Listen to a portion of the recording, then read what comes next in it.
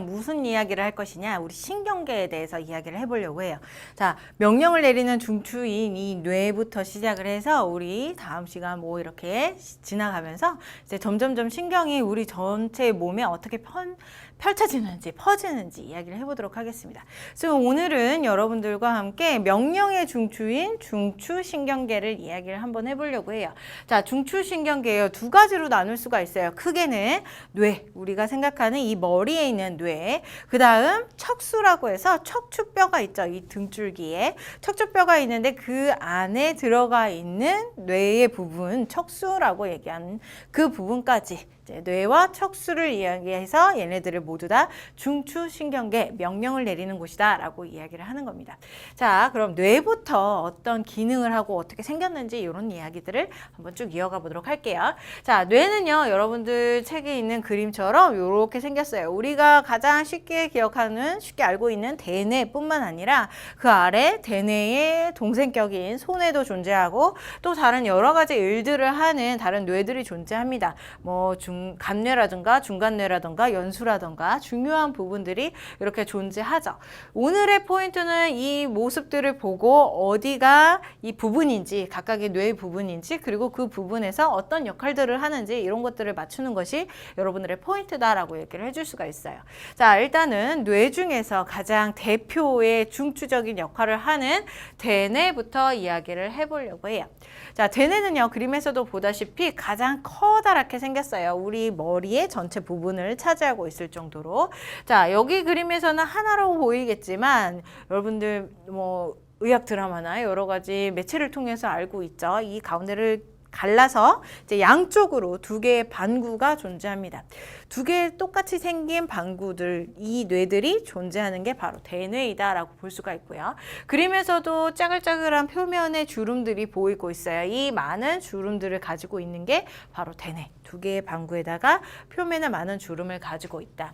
자, 이 대뇌 같은 경우는 바깥쪽 껍질 부분이 회색질이에요. 겉질, 회색질이다. 이 회색질인 이유가 왜 그러냐면 신경계를 이루는 이제 뉴런이라고 하는 세포가 있는데 그 뉴런 중에서 가장 중추적인 역할을 하는 신경세포체가 회색질, 겉질에 존재하기 때문이다라고 볼 수 있습니다. 대뇌의 전체 중에서 알맹이부터 해서 표면, 껍데기까지 했을 때 이 표면 부분에서 겉질 부분에서 대뇌의 대부분 일들을 하고 이 안쪽에서는 많은 일들을 하지 않는다라고 생각해줘도 무방할 정도. 자, 안쪽은요, 속질이라고 하면서 백색질로 이루어져 있다라고 하죠. 얘 같은 경우는 이제 뉴런의 중간 몸통 부분인 이제 축삭돌기가 여기에 속해 있기 때문이다라고 볼 수 있어요. 그럼 여러분들은 무엇을 기억하면 되느냐? 아, 중요한 부분인 대뇌에서는 겉질이 회색질이다. 여기에서 대부분의 일들을 한다라고 기억을 하시면 될 것 같아요. 자, 겉질은 다시 감각령, 연합령, 운동령으로 구분이 됩니다. 여기 그림에서는 여기 나와 있네요. 자, 연합령도 있고요. 그 다음에 감각령, 그 다음에 우리 운동령까지 나와 있어요. 자, 감각령 같은 경우는 감각을 받아들이는, 인식하는 그런 부분을 감각령이라고 하고, 그 다음에 운동령 같은 경우는 운동을 이제 명령해서 수위 운동을 일으키는 부분을 운동령이라고 하죠. 그럼 연합령은 뭐야? 이 감각령과 운동령을 서로 연결시켜서 중추적인, 우리 생명활동의 중추적인 역할을 하는 부분을 연합령이다라고 얘기를 하는 거예요. 감각령으로부터 온 정보를 종합하고 분석해서 명령을 운동령으로 전달하는 것. 그래서 여기에서는 주로 언어라던가 사고가 이제 꽝 하고 부딪히는 사고가 아니라 생각하는 사고라던가 아니면 판단이라던가 등등등 이런 정신활동의 대부분의 일들을 이 연합령에서 한다라고 보면 되는 거죠. 자, 감각령, 연합령, 운동령까지 나눠봤고요. 또 하나 다시 위치에 따라서도 각각 대뇌가 하는 역할들이 좀 달라요. 이제 두정엽, 축두엽 뭐 이렇게 여러 부분들로 나누게 되는데 내가 말할 때나 아니면 생각할 때나 볼 때나 모두 다 대뇌의 부분에서 사용을 할 건데 그 사용되는 부분들이 각각 분업화되어 있다는 거죠. 자, 분업화라고 표현을 해요. 분업화. 자, 내가 생각을 하는 부분, 말하는 부분은 요 부분, 여기 부분이 이제 주로 활성화되면서 이제 내가 말을 할 때에 뇌의 이 부분을 사용한다라고 볼 수가 있고요. 그 다음에 뭐 본다 그랬을 때 이 부분 시각 후두엽에서 주로 활성화되어서 대뇌가 활성화되어서 이제 볼 수 있는 시각을 존재한다. 내가 볼 수 있게 판단을 한다. 이런 것들을 알 수가 있다는 거죠. 이것들이 모두 다 대뇌의 분업화의 상태이다라고 볼 수가 있어요. 그래서 어떤 문제에서는 예전에 아주 오래된 기출 문제에서는 상황을 설정을 해줘요. 문제에서 상황을 설정을 해주고 그 상황일 때에 내가 뇌를 스캔했을 때 어느 부분이 더 활성화되었는지 그것을 보고 아 얘네들이 분업화된 사실이 맞느냐 이런 것들을 물어보는 쉬운 문제들도 존재했었죠. 자, 분업화된다는 것들 기억해 주시면 좋을 것 같습니다. 자, 대뇌는요 이렇게 겉질에서 분업화되어서 대부분의 일들을 하는데 그 일들이 무엇이냐면 정신활동이요. 전체적인 요런 정신활동을 하고요. 그 다음 또 하나 운동량도 존재하죠. 명령을 내려가지고 수의 운동을 하게 됩니다. 수의 운동은 뭐냐면 내가 의지를 가지고 의식적인 행동을 하는 것을 수의 운동이라고 얘기를 해요. 수의 운동의 반대말이 불수의 운동이죠. 불수의 운동 같은 경우는 내가 생각하고 명령하지 않아도 저절로 하는 운동. 그것이 대표적인 게 심장 운동 같은 거예요. 심장 같은 경우는 혼자서 저절로 뛰고 있죠. 대뇌에서 명령을 내려서 심장아 뛰지 마! 이런다고 해서 심장이 뛰지 않는 그런 상황은 아니라고요. 자, 불수의 운동은 내장근에서 주로 일어나고요. 그다음에 수의 운동을 하는 이런 골격근의 대표적인 운동들은 다 대부분 대뇌에서 명령을 내리게 된다. 이런 것들을 기억하시면 될 것 같습니다. 자, 대뇌 다시 한번 정리를 한번 해볼게요. 두 개의 방구로 이루어져 있고 표면에 주름이 많다. 그런데 이 표면에 아주 중요한 부분들이 있기 때문에 표면에 주름이 많은 거예요. 표면적을 넓히기 위해서 주름을 쫙 펴봤을 때는 전체적인 표면적이 늘어나기 때문에 자 중요한 신경세포체가 바깥쪽에 있는 겉질에 있는 회색질이기 때문에 표면에 주름이 많다라는 것. 그리고 얘네들은 각각 분업화되어 있으며 자 뇌의 고등 정신활동이라던가 아니면 수의 운동을 하는 중추이다. 이게 대뇌. 이렇게 기억을 해주시면 될 것 같습니다. 자, 그림을 한번 더 보고 갈게요. 일단 대뇌는 마쳤고요. 대뇌는 이렇게 전체적으로 있는데 소뇌는 어디에 있냐면 이 목 뒤에쯤에 주먹만큼만 크기로 이렇게 존재해요. 대뇌의 아래쪽에 존재하죠. 자, 얘도 위치를 기억을 해 주시고요. 그 다음 대뇌 아래쪽에 소뇌와 이 중간 사이에는 누가 존재하냐면 간뇌라고 하는 부분이 존재하고요. 그 아래에는 이제 중간뇌, 연수, 척수 해서 이렇게 쭉 연결되는 모습을 우리는 해부학적으로 관측을 할 수가 있어요. 그러면 이제 이어서 소뇌, 중간뇌, 연수 이런 애들을 쭉쭉쭉쭉 이야기를 해보도록 하겠습니다. 자, 다음으로 넘겨봐서요. 소뇌 이야기를 한번 해보죠. 자, 소뇌는 대뇌 뒤쪽에, 뒤통수 쪽에 있다라고 얘기를 했죠. 자, 얘도 대뇌의 동생? 이렇게 생각을 해주면 좋아요. 대뇌가 두 개의 방구로 이루어졌던 것처럼 소뇌도 마찬가지로 두 개의 방구로 이루어져 있고 표면에 주름이 많고 이런 모습을 가지고 있어요. 그리고 대뇌가 형님이고 소뇌가 동생이라고 얘기를 했죠. 그래서 대뇌가 하지 못하는 것보다는 대뇌가 어떤 활동들을 할 때 그거를 서포트해주는 역할들을 많이 하는 게 이제 소뇌다라고 볼 수가 있죠. 그래서 수위 운동을 대뇌가 하는데 그 수위 운동을 조금 미세하게 조절해주는 역할, 정확하고 원활하게 수위 운동을 조절해주는 역할을 하는 게 바로 소뇌이다. 일단 내가 팔을 들어서 막 움직인다던가 아니면 글씨를 쓴다던가 이렇게 명령을 내리는 건 대뇌가 해요. 그래서 내가 글씨를 막 쓰죠. 그런데 미세하게 각도를 꺾는 것 아니면은 미세하게 힘을 주는 것 이런 것들은 소뇌가 조절을 해준다라는 얘기예요. 동생이니까 서포트 해주는 역할.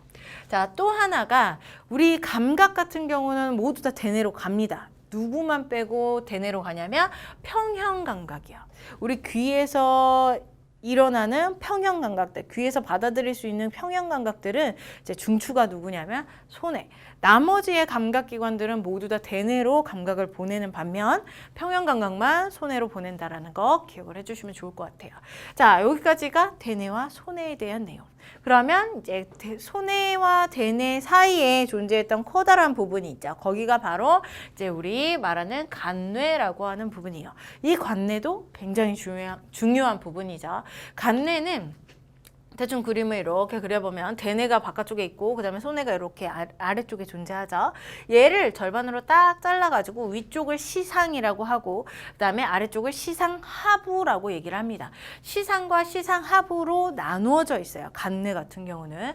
그런데 이 중에서 중요한 역할을 하는 부분이 바로 여기 아래쪽 시상하부라는 곳이에요. 시상하부.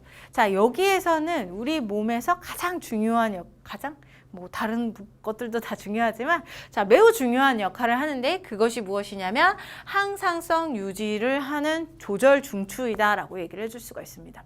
우리 몸이 항상 일정하게 유지되는 성질, 그것을 항상성이라고 하는데 그것을 조절해주는 역할을 하는 게 바로 이 간뇌가 중추로서 조절을 한다. 그럼 항상성 조절할 만한 게 무엇이 있나요? 여기에도 있죠. 우리 체온이라던가 체온이 36.5도로 일정하게 유지할 수 있게 해주는 게 간뇌라고요. 자, 혈당량도 포도당량이 혈액 안에 있는 포도당량이 일정하게 유지할 수 있게 해주는 게 바로 간뇌.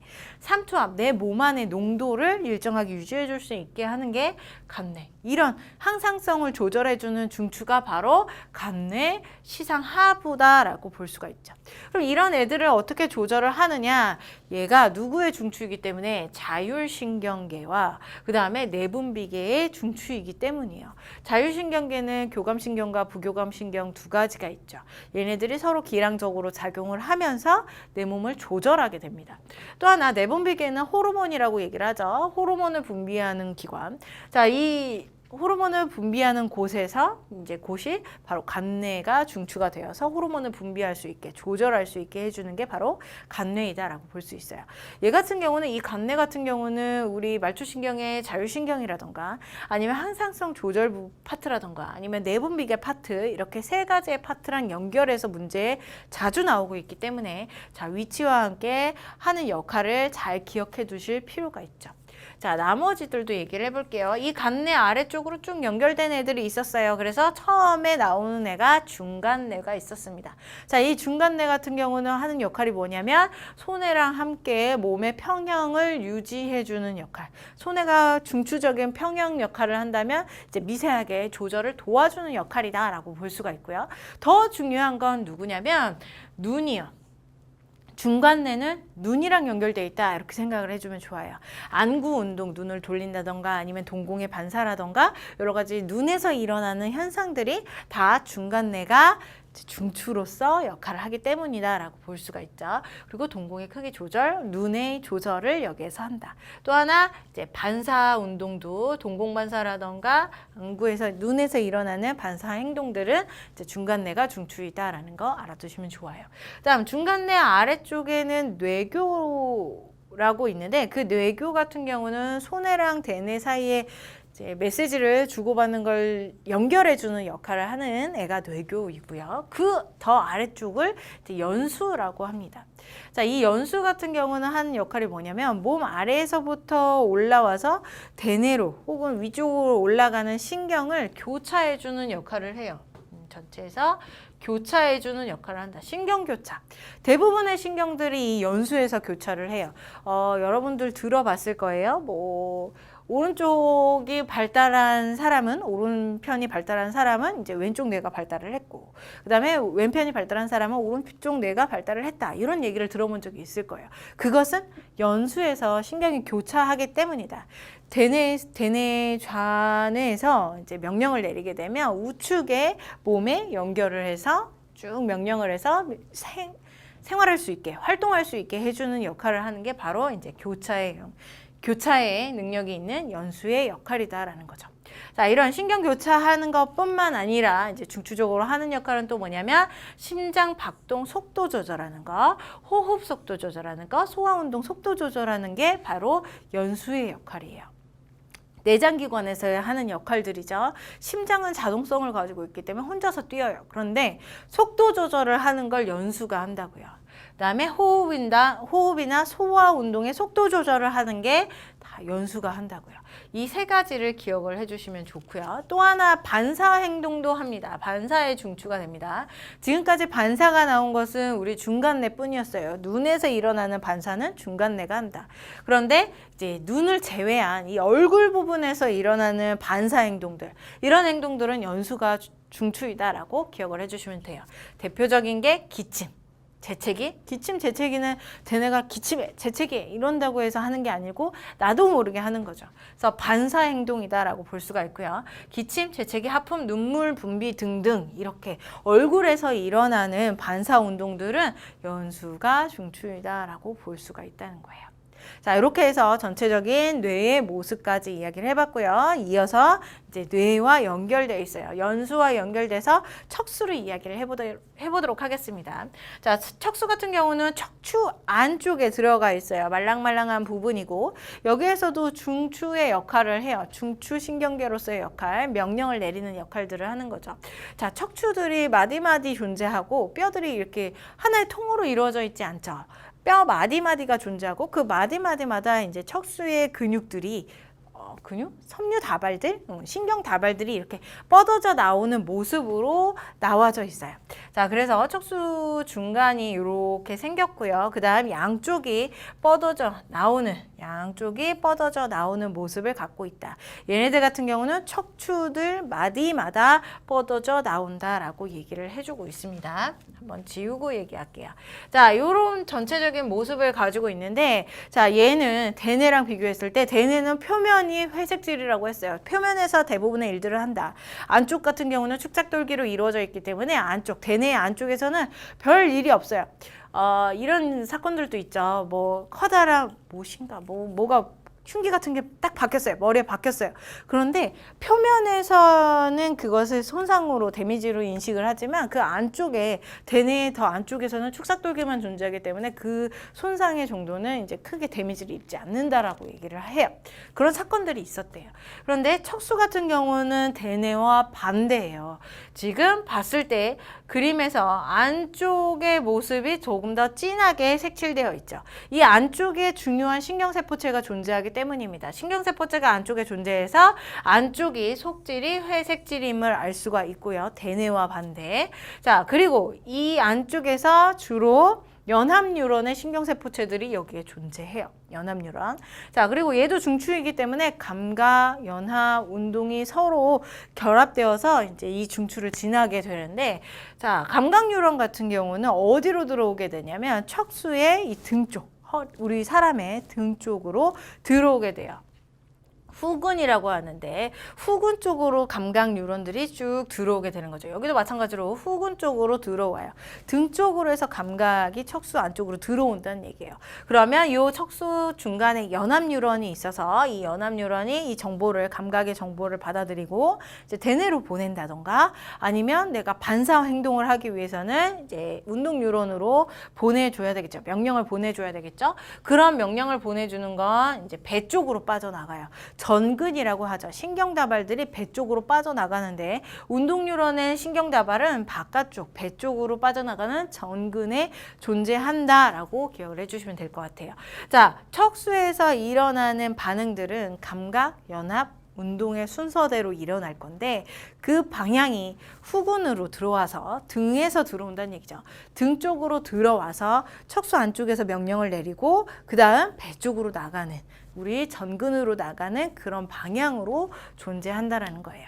자, 척수의 역할 조금 더 이야기를 해볼게요. 척수 같은 경우는 이렇게 신경이 모여서 명령을 직접적으로 내리는 역할도 하지만 얘가 대뇌랑 쭉 연결되어 있죠. 여기가 머리통이라고 한다면 자, 대뇌로 갈 수 있는 길이에요. 그래서 신경이 가는 통로, 정보를 전달하는 역할을 한다. 통로 역할을 하는 게 바로 척수이다라고 얘기를 해줄 수가 있고요. 이렇게 통로로 보내서 대뇌에서 명령을 내리면 다시 몸쪽에 운동을 할 수 있게 다시 이렇게 보내겠죠.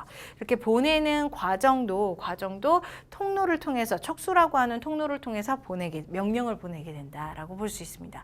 자, 이것뿐만 아니라 척수에서도 반사 행동들이 일어나게 돼요. 이때에는 대뇌로 신경을 보내지 않고 감각이나 아니면 명령을 보내지 않고 이제 척수에서 전체적으로 끝내버리게 되는데 땀 분비라던가 도피 반사라던가 무릎 반사, 배변 배뇨 반사 이런 것들이 이제 몸통에서 일어나는 반사 행동들이죠. 이런 반사 행동들은 척수에서 중추가 되어서 대뇌의 명령을 받지 않고 바로 척수가 명령을 그대로 내려서 빠르게 반응하는 역할들을 하는 게 바로 요 반사 행동이다라고 볼 수가 있습니다. 자, 척수까지 얘기를 해봤어요. 척수는 일단 신경의 통로이고 그 다음에 두 번째 이 반사 행동들, 반사의 중추의 역할을 한다라고 얘기를 했고요. 중요한 것은 속질이 회색질이라고 얘기를 했습니다. 연합뉴런의 신경세포체가 속질에 존재한다. 그리고 신경이 운동신경과 감각신경 두 가지가 뻗어져 나오는데 감각신경은 이 등 쪽 후근을 통해서 나오고 이제 운동뉴런 같은 경우는 배 쪽인 정근을 통해서 나가게 된다라고 이야기를 했습니다. 자, 이렇게까지요. 뇌와 척수에 대해서 전체적인 구조와 기능에 대해서 얘기를 해봤어요. 이런 것들을 가지고 이제 문제를 한번 풀어보도록 하겠습니다. 자, 문제 첫 번째요. 자, 첫 번째 문제인데요. 지금 대뇌의 모습을 보여주고 있고요. 대뇌에서 각각가 뭐 손이라던가 입술이라던가 얼굴이라던가 이런 기관들을 다 그려놨어요. 표면에다가. 자, 표면에다 그려놓은 이유는 분업화하기 때문이죠. 대뇌는 분업화되어 있다 하는 역할들이 분업화되어 있고 그 분업화된 부분이 활성화되었을 때 그 부분이 몸에 차지하는 그 부분들이 활성화돼서 명령을 받는다라고 얘기를 했습니다. 또 하나 지금 바깥쪽 겉질 부분이 회색질로 이루어져 있죠. 이 회색질 같은 경우는 연합뉴런의 신경세포체가 여기에 존재하기 때문이고 이 표면에서 대부분의 일들을 한다라고 얘기를 했어요. 자, 조금 더 문제를 읽어볼게요. 대뇌의 좌방구 운동령, 그 다음에 우방구의 감각령을 얘기를 했다. 좌방구의 운동령, 그 다음에 감각령. 자, 단면 시체 부위를 대뇌 겉질 표면에 나타낸 것이다. ABC는 입술, 손가락, 무릎이 연결된 대뇌 겉질 부분이다. 자, A를 딱 건드리게 되면요. A를 건드리게 되면 지금 어떤 현상들이 일어나게 되냐면 이 부분이 활성화가 되면 운동령이잖아요. 운동을 하게 될 거예요. 입술이 운동을 하게 될 거예요. 그런데 좌방구의 운동령이기 때문에 연수에서 교차가 돼서 어느 쪽 입술이냐면 자, 오른쪽 입술이 운동을 하게 될 겁니다. 자, C 같은 경우는요, 무릎이죠. 감각령이에요. 여기는 감각을 받아들인다는 얘기예요. 자, 감각령인데 지금 우방부의 감각령이니까 왼쪽의 감각을 느낄 거고 누구의 감각이냐면 C를 건들면 무릎의 감각을 느끼게 된다. 이런 얘기가 되는 겁니다. 자, 이것을 가지고 문제를 한번 가볼게요. 자, A가 손상이 되었어요. 입술 부분, 이 부분이 손상이 되면 입술에 감각이 없어진다. 아니, 운동령이기 때문에 입술이 움직이질 못하는 거예요. 감각은 느낄 수 있겠죠. 이 부분이 살아있으니까. 그런데 자, 운동령이 손상을 받았기 때문에 운동을 못하는 거예요. 입술 운동을 못한다. 자, B에서 역치 이상, 역치라는 게 느끼는 것. 내가 느낄 수 있는 최소한의 자극이에요. 최소한의 자극 이상을 받았어. 일단 느꼈다는 얘기죠. 자, B 부분을 내가 느끼도록 자극을 주게 되면 오른손에 손가락이 움직인다 그랬는데 자, 손가락 부분이고 운동령이니까 손가락이 움직일 거예요. 그런데 어느 부분이냐면 좌방구이기 때문에 연수에서 교차해서 오른쪽 손가락이 움직인다는 얘기죠. 두 가지를 기억을 하셔야 돼요. 운동령인지 감각령인지 생각한 거 하나, 그 다음에 좌방구와 우방구를 이제 연수해서 교차한다는 사실 하나. 이렇게 두 가지를 기억하셔야지 이 부분을 문제를 풀어낼 수가 있다는 거죠. 자, B 역치상 오른손 움직일 수 있다. 맞는 말이죠. 자, C에서 역치상에 자극을 줬어요. 그럼 무릎 반사에 의해서 다리가 올라간다 그랬는데 대뇌 같은 경우는 반사 행동이 일어나지 않죠. 무릎 반사는 어디에서 일어났냐면 척수에서 일어났습니다. 그래서 척수의 부분에서 만약에 거기가 손상을 받게 된다면 그 척수의 부분에서 반사 행동이 안 일어날 뿐이지 지금 요 C 부분이 손상을 받게 된다면 상관없겠죠. 반사 행동이랑은. 그래서 이것은 틀린 말이 되겠죠. 니은만 정답이라서 2번이 정답이 되겠네요.